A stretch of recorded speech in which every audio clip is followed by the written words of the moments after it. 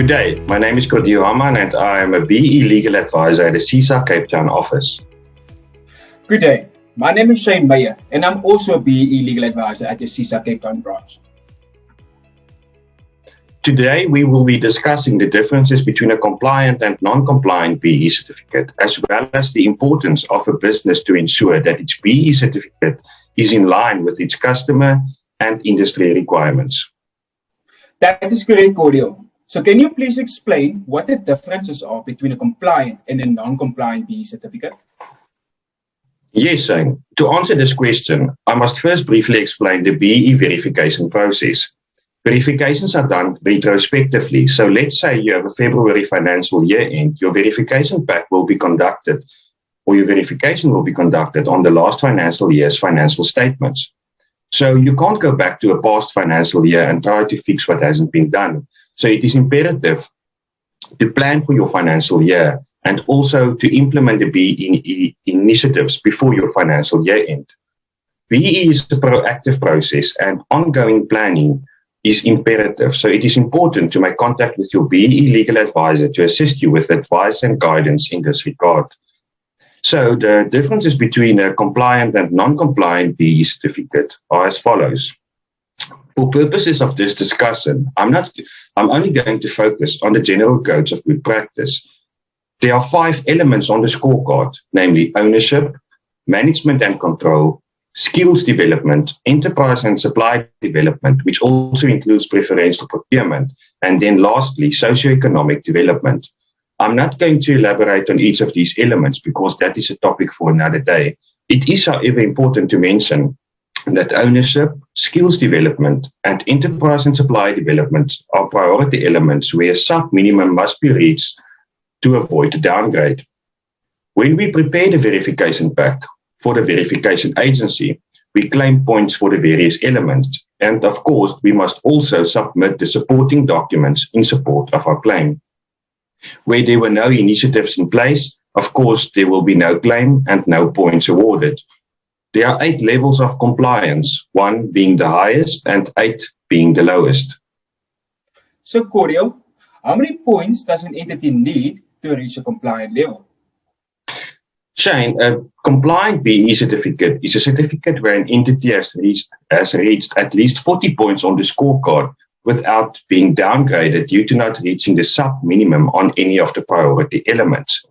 Where the entity is downgraded, it must reach at least 55 points, which is a level 7 downgraded to a level 8.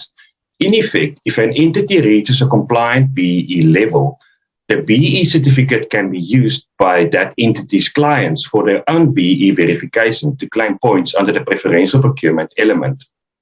The result of not reaching the desired BE level will result in an entity being issued with a non-compliant BE certificate.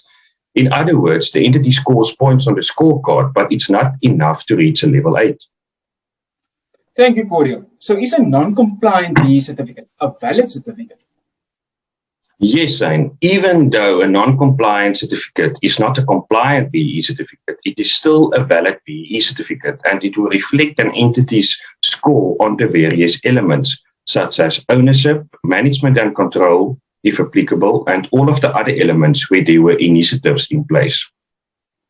Okay, so Cordieu, in your opinion, would you say it's worth it for an entity to spend on all these elements, even if it means that an entity will be non-compliant?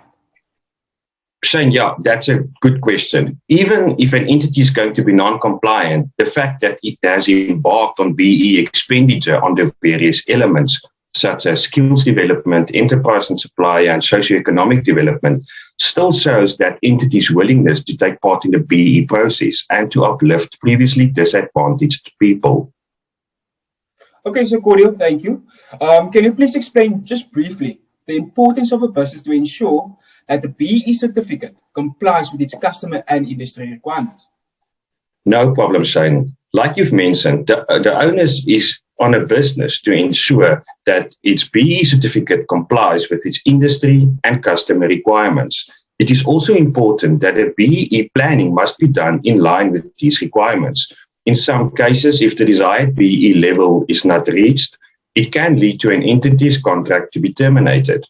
It can also happen that a tender is awarded or granted based on the fact that the successful candidate must reach a specific BEE level within a certain time frame, failing by which the tender can be terminated.